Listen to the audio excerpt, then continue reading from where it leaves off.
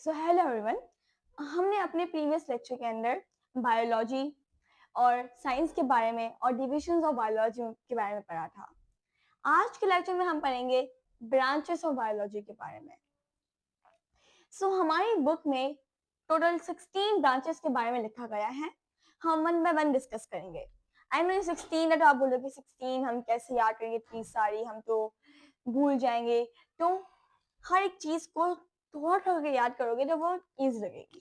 हम पहले 4 समझेंगे, फिर 4 रिवाइज करेंगे, फिर हम आगे 4 समझेंगे, फिर 4 रिवाइज करेंगे, फिर हम 4 समझेंगे, फिर रिवाइज करेंगे, एंड देन फिर हम लोग 4 समझेंगे एंड देन हम पूरा रिवाइज करेंगे। इससे ये होगा कि आपको पढ़ने के बाद याद भी हो जाएगा मेरा लेक्चर देखने के बाद। स्टार्ट करते हैं विद द मॉर्फोलॉजी। मैं आपको ट्रिक्स बताऊंगी कि आप कैसे याद कर सकते हैं कि किसकी क्या डेफिनेशन थी, ठीक है।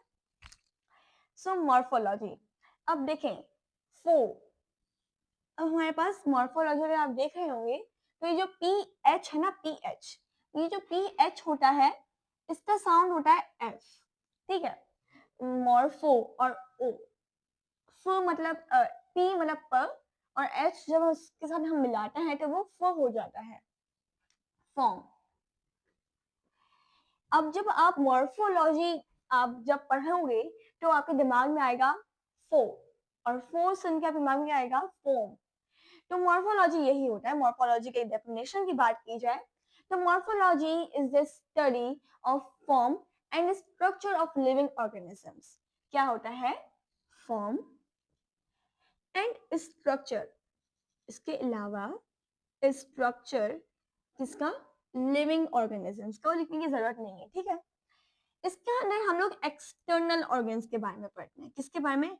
एक्सटर्नल स्ट्रक्चर्स के बारे में। अब मॉर्फोलॉजी, फो का नाम सुनकर हमारे दिमाग में फॉर्म आ जाता है।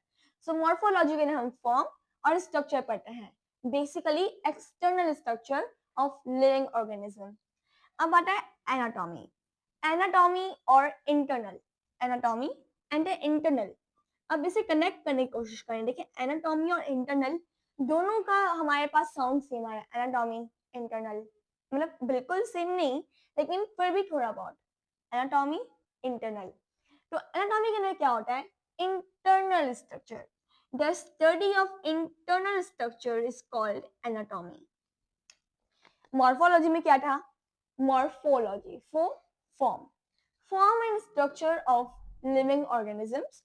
बेसिकली ये एक्सटर्नल स्ट्रक्चर्स के बारे में। एक्सटर्नल स्ट्रक्चर जैसे नोज हो गया, ठीक है, और हमारे पास हमारे जो एक्सटर्नल ईयर्स, आईज, जो भी एक्सटर्नल चीजें होती हैं उसके बारे में हम मॉर्फोलॉजी के अंदर पढ़ते हैं। एनाटॉमी, एनाटॉमी नाम सुन के इंटरनल आना चाहिए आपके दिमाग के अंदर। तो इंटरनल स्ट्रक्चर लाइक हमारा ब्रेन, जैसे हमारे पास इंटरनल स्ट्रक्चर है, हमारा ब्रेन, हमारा हार्ट, हमारा लंग्स, किडनी, गॉल ब्लेडर, सब हमारे पास इंटरनल स्ट्रक्चर। तो इंटरनल स्ट्रक्चर्स की जो स्टडी होती है उसे हम एनाटॉमी कहते हैं। अब आते हैं हिस्टोलॉजी। हिस्टोलॉजी, अब ये थोड़ा बहुत आपको याद करना पड़ेगा, बाकी की मैंने आपको दो की ट्रिक्स बताई हैं। हिस्टोलॉजी के अंदर ये है कि माइक्रोस्कोपिक स्टडी ऑफ टिश्यूज। किसकी? Microscopic study of tissues, microscopic study of tissues.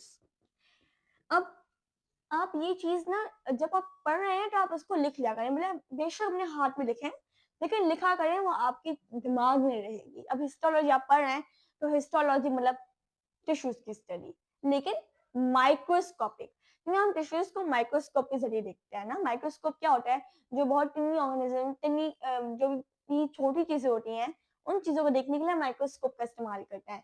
तो जो माइक्रोस्कोप के जरिए जो हम स्टडी करते हैं टिश्यूज की, उसे हम कहते हैं हिस्टोलॉजी।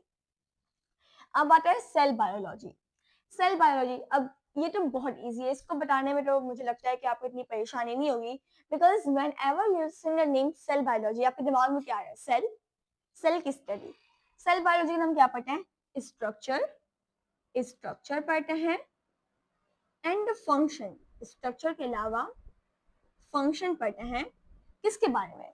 सेल बायोलॉजी तो हम सेल के बारे में ही पढ़ेंगे ना, of cell. Cell structure and function of cell हमारे पास सेल बायोलॉजी की है। इसके अलावा एक और भी चीज आप देख लें, दिस ब्रांच, ये जो ब्रांच होती है वो deals with the study of cell division. Cell division की स्टडी भी हम लोग सेल बायोलॉजी में करते हैं। ठीक है, अब 4 ब्रांचेस हमने पढ़ ली, हम इसे रिवाइज करते हैं। 4 ब्रांचेस हमने सबसे पहले क्या पढ़ा, मॉर्फोलॉजी। मॉर्फोलॉजी, फो सुनकर form and structure external organs. आप इसे एक बार रिवाइज करेंगे तो जो भी आप पढ़े उसे रिवाइज करेंगे तो आपको याद हो जाएगी। Anatomy, anatomy internal, anatomy internal, internal structure, the study of internal structure is called anatomy, internal structure of living organisms. Histology, histology क्या होती है, the microscopic study of tissues, the microscopic study of tissues is called histology. इसकी microscope, microscope के जरिए जब हम study करते हैं टिश्यूज की उसे हम कहते हैं हिस्टोलॉजी। अब है सेल बायोलॉजी। सेल बायोलॉजी में हम क्या पढ़ते हैं, structure and function of cell, cell का स्ट्रक्चर और उसका फंक्शन हम सेल बायोलॉजी में पढ़ते हैं। और इसके अलावा ये जो ब्रांच है वो डील करती है with the study of cell division, cell division की स्टडी को भी ये डील करती है सेल बायोलॉजी। अब हम नेक्स्ट 4 ब्रांचेस पढ़ते हैं। फिजियोलॉजी, अब देखें फिजियोलॉजी, याद रखें जैसे मॉर्फोलॉजी का पीएच मैंने आपको बताया कि वो एफ की तरह समझो, तो इसी तरह इस फिजियोलॉजी के भी पीएच को एफ की तरह समझो। ठीक है, अब जो y है, ये जो y है उससे आप एज्यूम करें कि ये u है। ठीक है, y है मतलब ये y है तो इसका ऐसे कर लो तो u हो गया। ठीक है, ऑलमोस्ट तो u बन ही गया, fu। अब जब आप लोग फिजियोलॉजी नाम सुनेंगे तो आपके दिमाग में क्या आना चाहिए, सबसे पहले fu, फंक्शन। फंक्शन आ गया ना, बस आप फिजियोलॉजी देखेंगे, मेरी ट्रिक याद करेंगे कि ph मतलब f और y मतलब u, तो क्या आ गया आपके दिमाग में, फंक्शन। फिजियोलॉजी का नाम यही पढ़ते हैं। फिजियोलॉजी जो है ये एक ब्रांच है biology, this branch deals with the study of the function. क्या फंक्शन आ गया, फिजियोलॉजी का नाम सुने तो आपके दिमाग में फंक्शन आना बहुत जरूरी है। Function of different part of living organisms, मैं लिख देती हूँ, function of deals with the study, वो तो आपको वैसे ही मालूम होना चाहिए। ठीक है, फंक्शन ऑफ डिफरेंट पार्ट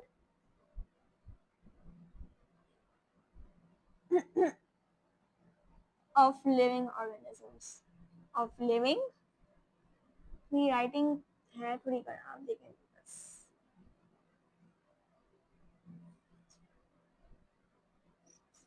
ठीक है, आई विल ट्राई कि आपको मेरी राइटिंग समझ आए। फिजियोलॉजी मतलब function of different part of living organisms, अलग अलग पार्ट, मुख्तलिफ पार्ट की जो फंक्शन। अब हमारे हार्ट का क्या फंक्शन है, सर्कुलेशन, तो ये हम क्या पढ़ेंगे, कहाँ पढ़ेंगे, फिजियोलॉजी में पढ़ेंगे। हमारा ब्रेन का क्या फंक्शन है, नर्वस सिस्टम चलाता हमारा ब्रेन है। इसके अलावा हमारे स्टमक का क्या फंक्शन है, डाइजेशन का। हमारे लंग्स का रेस्पिरेशन का फंक्शन है। तो ये क्या पढ़ते हैं, हम किसमें पढ़ते हैं, हम फिजियोलॉजी में ही तो पढ़ते हैं कि the function of this branch deals with the study of function of different part of living organism, इसे कहते हैं हम फिजियोलॉजी। अब हम आते हैं नेक्स्ट ब्रांच की तरफ, दैट इज एम्ब्रियोलॉजी। एम्ब्रियोलॉजी क्या होता है, ये बहुत इजी, मतलब इसकी जो डेफिनेशन है ना वो इसी के नाम में छुपी हुई है, ये इसी के मतलब सामने सामने लिखा हुआ है। क्या होता है कि जब एक बच्चा, जब माँ के पेट में एक फर्टिलाइज सेल जिसे हम जाइगोट कहते हैं, वो जाइगोट जो है प्रोसेस से हमारे पास एक इंडिविजुअल मतलब एक बेबी बॉर्न होता है, तो उस प्रोसेस को हम कहते हैं एम्ब्रियोलॉजी। मैं आपको समझाती हूँ। It is a study of the development, मतलब डेवलप होता है, बनता है, of embryo, embryo into new individual, मतलब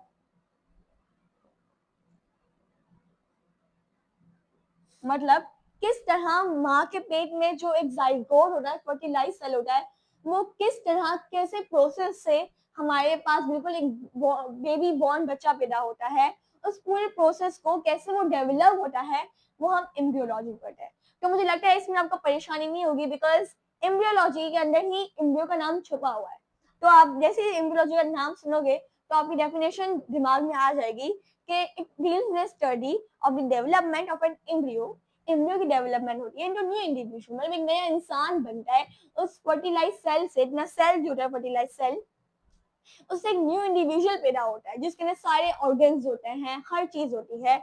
उस एम्ब्रियो से एक पूरा जो बनता है, जाइगोट से जो पूरा इंडिविजुअल बनता है, उसकी स्टडी हम एम्ब्रियोलॉजी में करते हैं। ठीक है, अब देखें लॉजी का मतलब क्या होता है, स्टडी। मॉर्फोलॉजी एक्सटर्नल स्ट्रक्चर की स्टडी। एनाटॉमी मतलब हमारे पास इंटरनल स्ट्रक्चर की स्टडी। हिस्टोलॉजी मतलब microscopic study of tissues, study होती है वो भी। सेल बायोलॉजी ये तो बहुत इजी है, सेल की स्टडी, सेल की लाइफ की स्टडी, सेल के स्ट्रक्चर, सेल के फंक्शंस, और ये ब्रांच होती है वो डील करती विद द सेल डिवीजन। अब फिजियोलॉजी, फिजियोलॉजी का मतलब होता है function of different part of living organisms. अब फिजियोलॉजी से आप देखते हुए दिमाग में क्या आना चाहिए, फंक्शन, और जब फंक्शन आएगा तो different part of living organisms. उसके बाद embryology, development of an embryo into new individual. अब मुझे लगता है ज्यादा एक्सप्लेनेशन की जरूरत नहीं है। जेनेटिक्स, ये भी बहुत इजी है, इसकी डेफिनेशन भी इसी के वर्ड में छुपी हुई है ना, आपको परेशानी की जरूरत है ही नहीं। आपको टेक्सोनॉमी और एनाटॉमी और हिस्टोलॉजी में हो सकती है, बाकी तो मुझे लगता है कि अभी तक हमने जो भी पढ़ा है वो इजी है। जेनेटिक्स, जेनेटिक्स क्या होता है, हम बोलते हैं ना कि इसकी आंखें देखो जीन्स में है, आंखें ब्राउनिश है मतलब जीन्स होगा। तो जीन्स क्या होता है, अब किसी को बीमारी होती है, किसी को डायबिटीज है, कोई किसी को ओबेसिटी होती है, तो हम क्या बोलते हैं इसकी जेनेटिक्स में है। तो इसी की स्टडी जेनेटिक्स, इसी की स्टडी को हम जेनेटिक्स कहते हैं। अब क्या होता है कि जेनेटिक्स हम लिख लेते हैं इसकी definition. Genetics means the study of genes, या इसकी स्टडी होती है द स्टडी ऑफ जीन्स।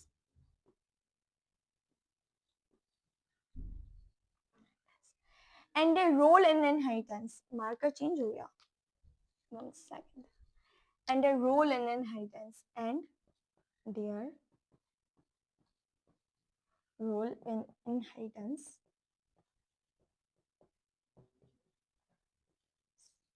ठीक है, इसको मैं मिटा देती हूँ, वी विल, इसे हम बाद में लिख लेंगे।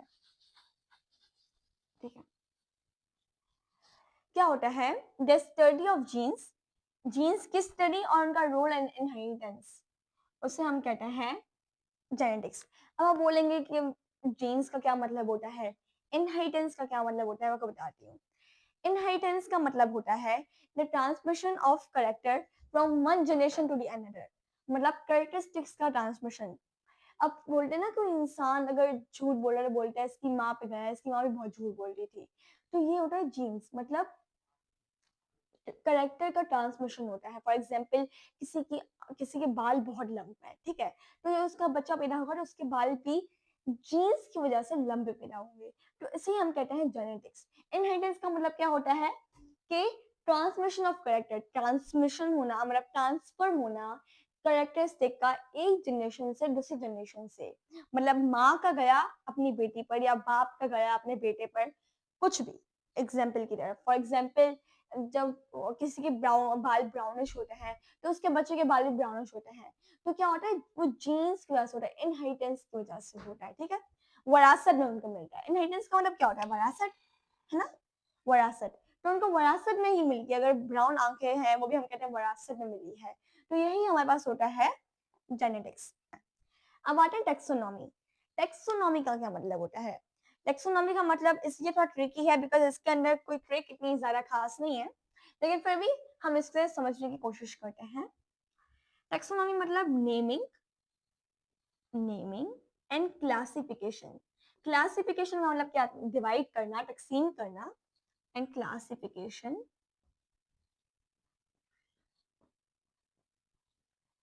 ये बहुत अजीब सी राइटिंग होती है। Naming and classification of, classification of groups of organisms।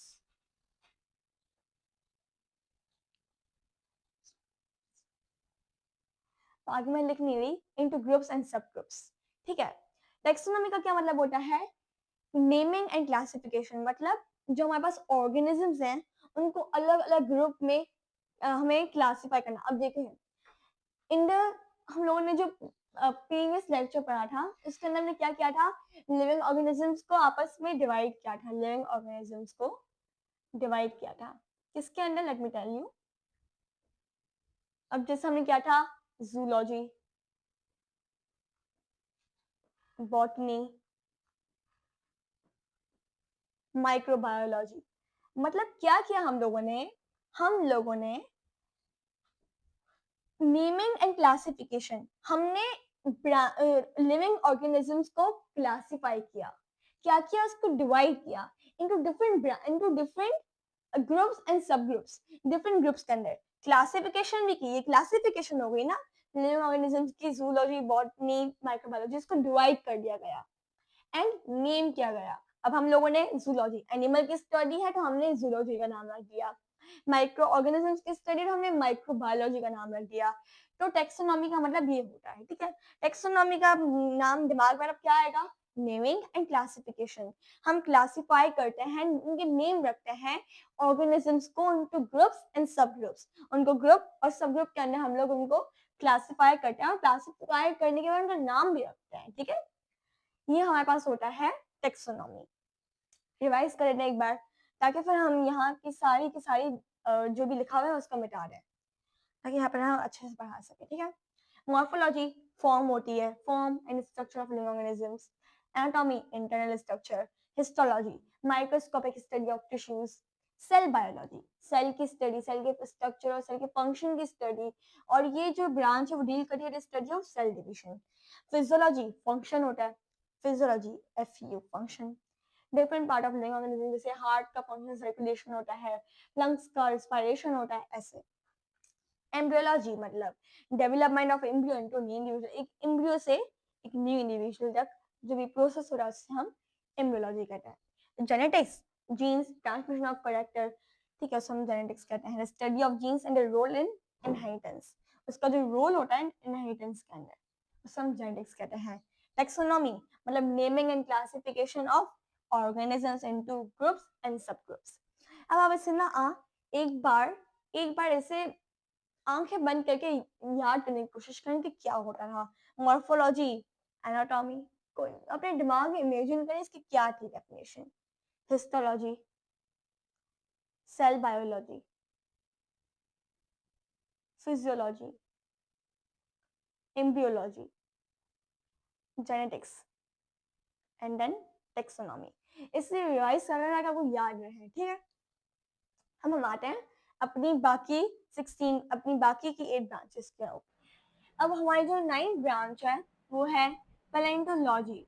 अब ये जो ब्रांच है ये डील करती है with the study of fossils, किसके साथ, फॉसिल के साथ, विच आर जो हमारे पास रिमेन होते हैं, which are remain of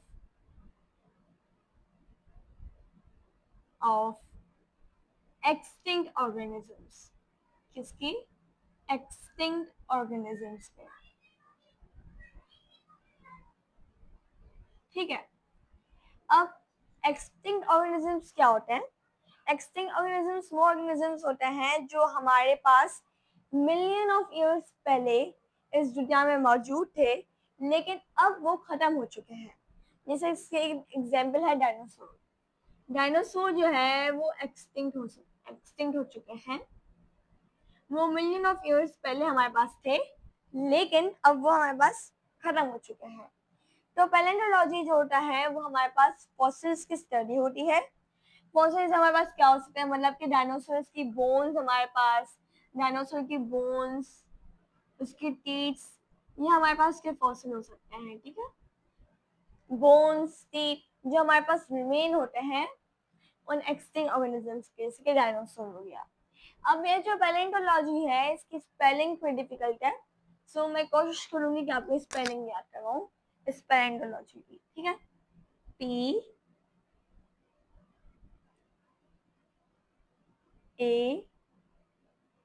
PAL, पल, ये पल हमें याद आएंगे, मतलब पल ऐसे से याद रखें, पल, AEN, एन, टीओटोलॉजी। अब लॉजी जैसे लगना इजी है because logy means the study. Logy तो हर किसी में आ रहा है, biology, logy logy logy logy logy, ठीक है। सो इट्स इजी टू, ये भी यार याद कर लो यार, सही है बस। और palaeontology, palaeontology, palaeontology, palaeontology, palaeontology, palaeontology, कोशिश करो ये भी याद हो जाएगा, ठीक है। अब आता है एनवायरमेंटल बायोलॉजी। एनवायरमेंटल बायोलॉजी का नाम क्या पता है?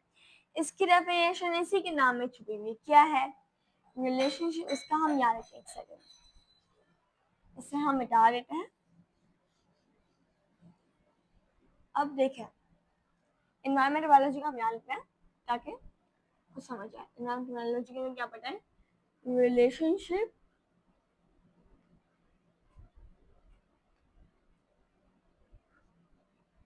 ऑफ ऑर्गेनिजम्स, लिविंग ऑर्गेनिज्म, एक ही बात है, मतलब विद देयर एनवायरमेंट, उनके एनवायरमेंट के साथ, जो ऑर्गेनिजम्स का उनके एनवायरमेंट के साथ जो रिलेशनशिप होता है उसे हम कहते हैं एनवायरमेंटल बायोलॉजी।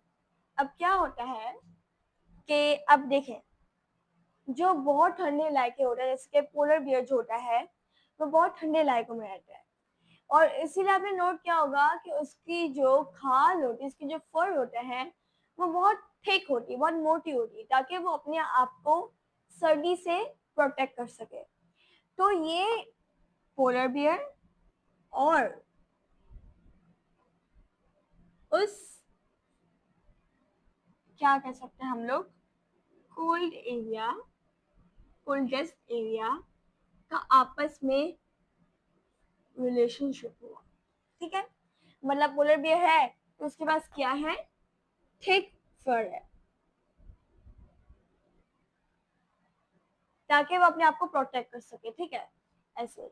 अब जैसे हमारे यहाँ पर ये होता है कि हमारी बॉडी, हमारी जो पाकिस्तान है वहाँ पर 4 मौसम होते हैं, समर, विंटर, ऑटम, स्प्रिंग, ठीक है। पता नहीं पाकिस्तान में होते होंगे, मतलब समर भी है, विंटर भी है। अब समर थोड़ा ज़्यादा बढ़ गया है, गर्मी बहुत बढ़ गई है, लेकिन ये है कि हम लोग उसे बर्दाश्त कर लेते हैं, ठीक है। लेकिन जहाँ पर ज़्यादा ठंड होती है वहाँ पर हमारे पास ये जो पोलर बियर होता है उनके पास थिक फर होता है। बिल्कुल इसी तरह जो हमारे पास हॉटेस्ट एरियाज होते हैं, लाइक डिजर्ट,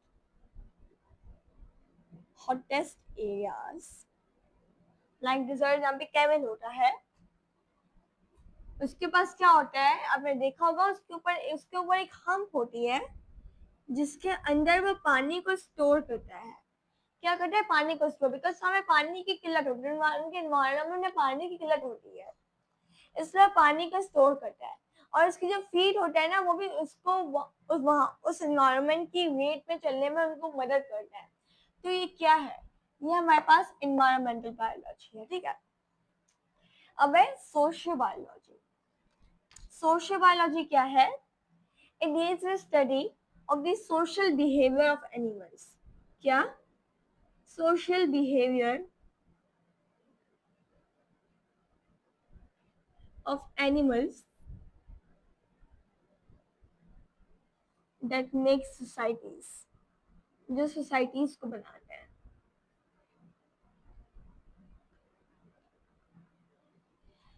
ये भी सेम ही बात होगी, एनवायरमेंटल बायोलॉजी, सोशल बायोलॉजी का फर्क नहीं है, ठीक है। सोशल बिहेवियर, एनिमल्स का सोशल बिहेवियर। अब देखें, कुछ एनिमल्स जो हैं उनको हम लोग डिवाइड करते हैं in the societies, depend upon their characteristics, उनके कैरेक्टरिस्टिक्स के बना पर हम उससे डिवाइड करते हैं।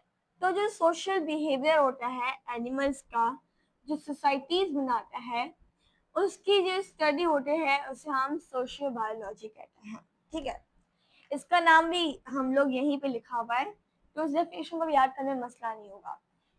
अब है पैरासाइटोलॉजी। पैरासाइटोलॉजी क्या होती है? Study of parasites. पैरासाइट्स की स्टडी को ही पैरासाइटोलॉजी कहते हैं। पैरासाइट्स क्या होता है? पैरासाइट्स ऐसे ऑर्गेनिजम्स होते हैं जो लिविंग ऑर्गेनिजम्स से क्या करते हैं, फायदा लेते हैं, बेनिफिट लेते हैं, बट इन रिटर्न बदले में वो उनको हार्म करते हैं। जो लिविंग होस्ट से बेनिफिट लेते हैं इन रिटर्न, लेकिन इन रिटर्न हार्म देम, उन्हें उन्हें नुकसान पहुंचाते हैं। अब वो पैरासाइट्स क्या होते हैं, इसकी आपको एग्जांपल दूं तो हमारे पास लाइस, जुएं, ये हमारे पास क्या होती है, हमारे पास पैरासाइट्स होती है।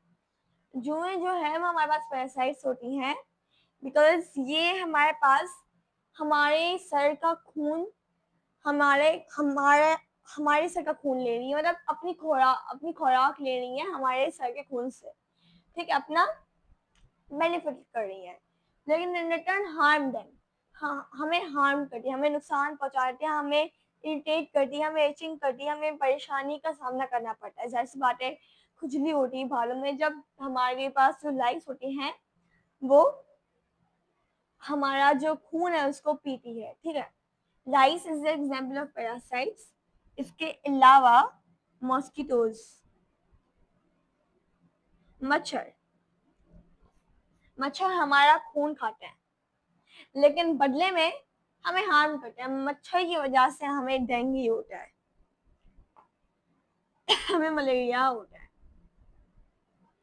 तो इन रिटर्न ये हमें हार्म करते हैं, इन रिटर्न हमें नुकसान पहुंचाते हैं। ये मॉस्किटोज, ये लाइस भी हमारे समय खुजली होती है इसकी वजह से। अब चलते हैं हम लोग, वैसे आपको पता होगा हमारी बुक में पूरा एक बना हुआ है साइड बॉक्स जिसका लिखा हुआ है कि parasites are the organism. Parasite एक ऑर्गेनिजम्स होते हैं, वो भी जानदार चीज होती हैं जो हम क्या करती हैं, which take benefit from living host, जो होस्ट हम इंसानों से फायदा लेती हैं but in return harm us, ठीक है, इन रिटर्न हमें नुकसान पहुंचाती है।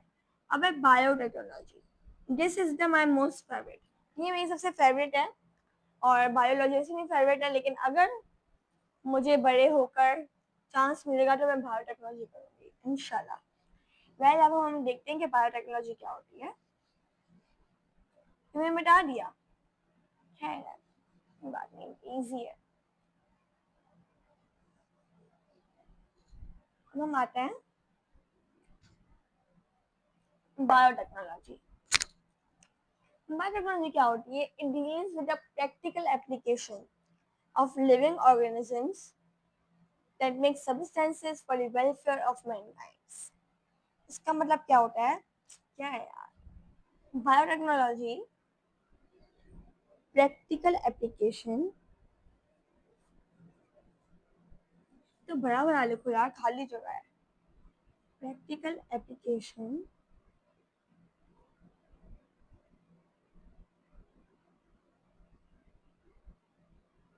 ऑफ लिविंग, अच्छा वैसे हम लोगों ने 4 पढ़े थे, हमें रिवाइज करना चाहिए। टेक्नोलॉजी मतलब फॉसिल फ्यूल्स की, एनवायरमेंटल बायोलॉजी मतलब relationship of the living organism with the environment, इसको environmental biology.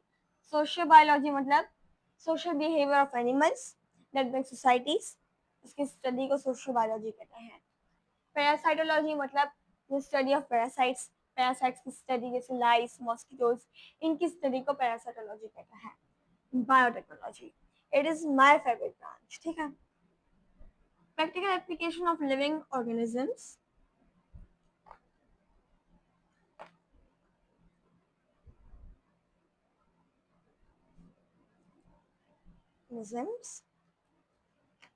that make substances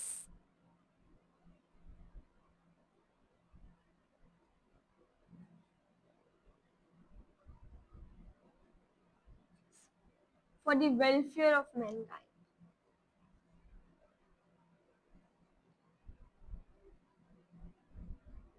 Mankind, अभी क्या होता है बेसिकली,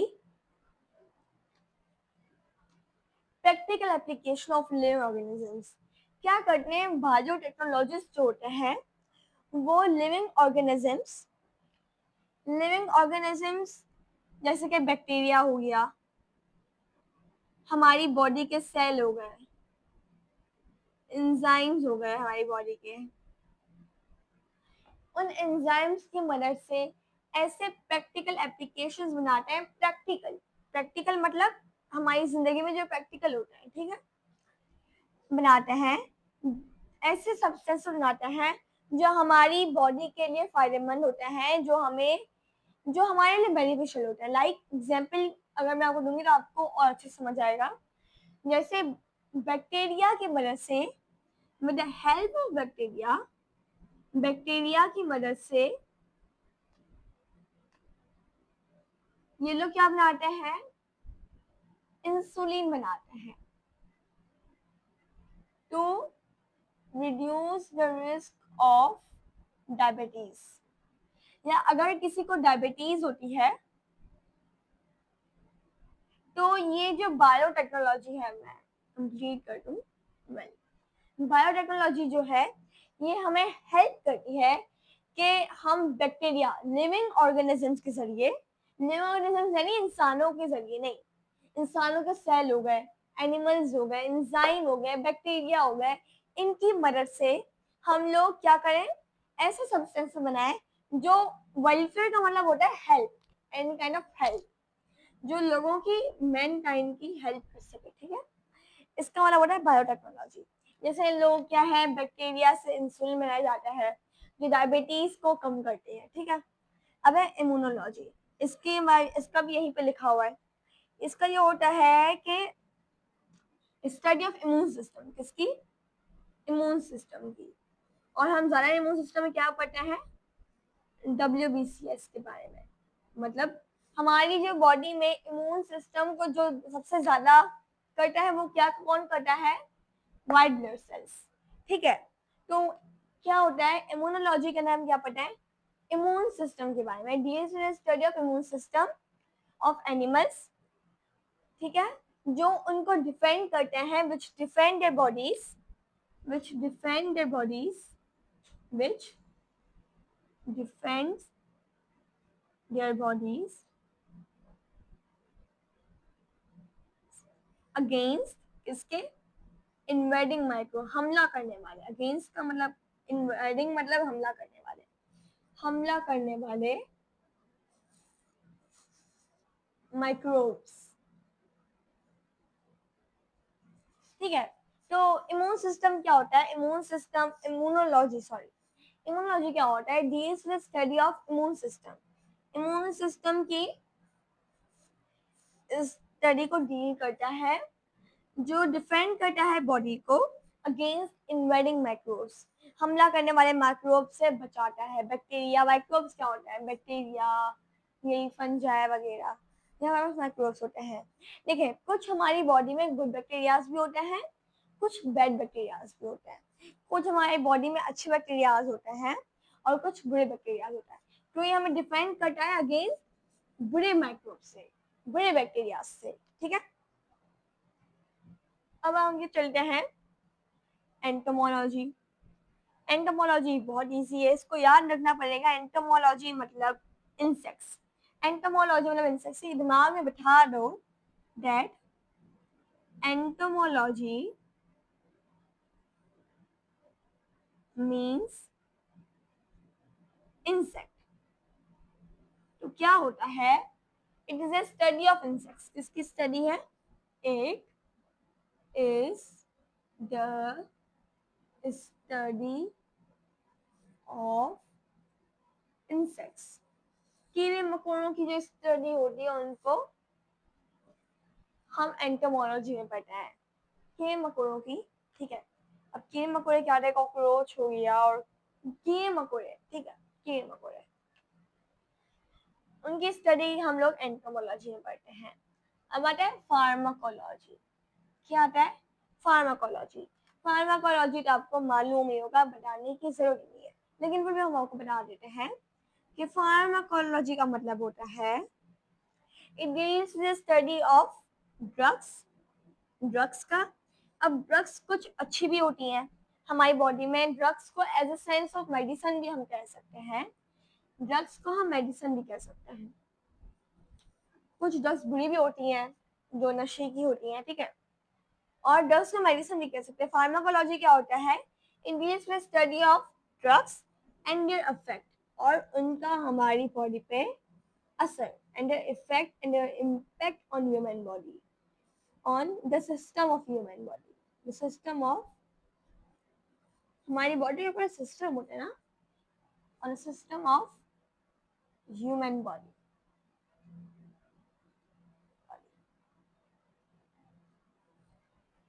फिर से रिवाइज कर लेते हैं सारी चीजें।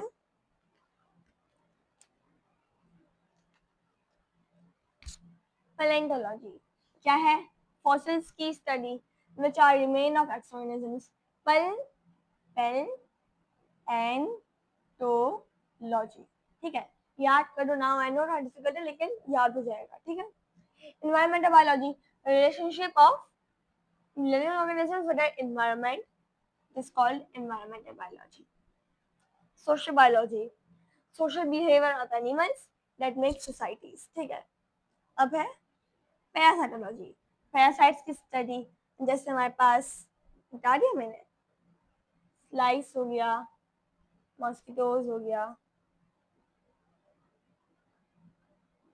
ठीक है, ब्लड मैनिंग ज्यादा अच्छी होती है, मॉस्किटोज हो गया, ऐसे हम पैरासाइटोलॉजी करते हैं। बायोटेक्नोलॉजी मतलब study of practical application, living organisms की मदद से, लिविंग ऑर्गेनिजम्स को यूज करके ऐसे सब्सटेंसेस बनाए जाते हैं जो इंसान के लिए वेलफेयर होते हैं, इंसान की मदद करते हैं। जैसे इंसुलिन बनाई जाती है with help of bacteria, insulin बनाई with help of bacteria diabetes जैसे डिजीज को कम करने के लिए। एंटोमोलॉजी सॉरी इम्यूनोलॉजी मतलब इम्यून सिस्टम को, इम्यून सिस्टम की स्टडी को हम लोग इम्यूनोलॉजी कहते हैं। विच डिफेंड योर बॉडी, जो हमारी बॉडी को बचाते हैं गंदे माइक्रोब्स के साथ, गंदे माइक्रोब के अगेंस्ट बचाते हैं, ठीक है। Entomology study of insects, study of insects. अब है फार्माकोलॉजी, फार्माकोलॉजी का मतलब होता है मेडिसिन, ड्रग्स, ड्रग्स की स्टडी और उनका effect on the system of human body is called pharmacology. अब हम इसे इरेज करते हैं, जो भी हमने लिखा है बस संभल कर।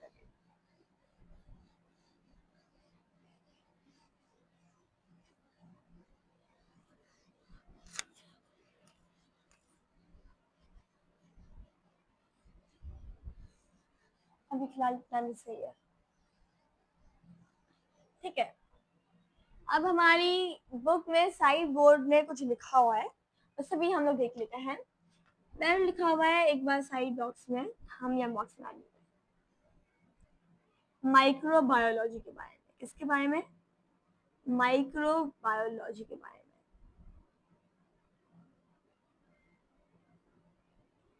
माइक्रोबायोलॉजी के बारे में लिखा हुआ है, सॉरी सॉरी सॉरी माइक्रोबायोलॉजी मतलब molecular biology, sorry I am sorry, लिखा हुआ है मॉलिक्यूलर बायोलॉजी के बारे में।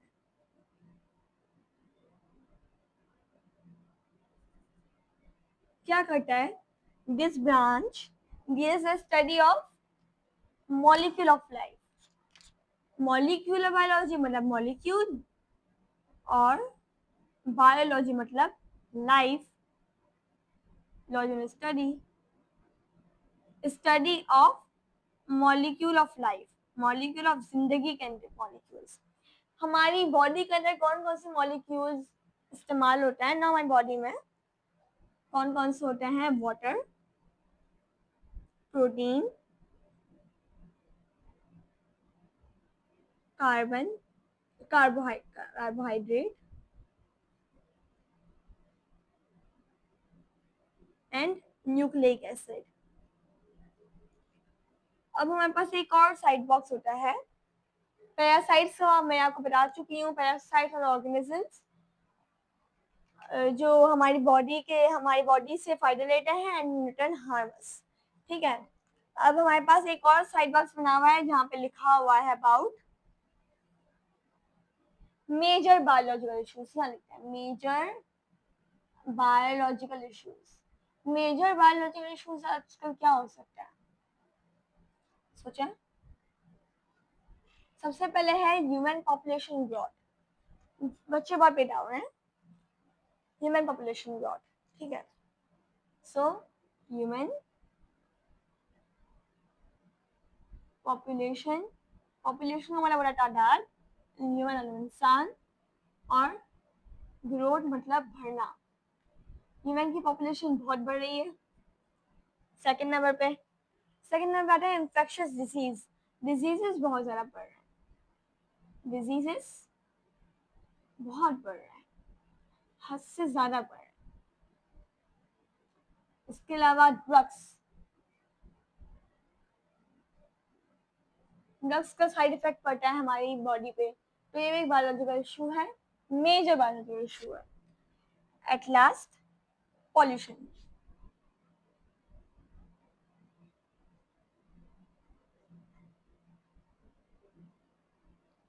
सो ये जो है ये हमारे पास मेजर बायोलॉजिकल प्रॉब्लम्स होती हैं।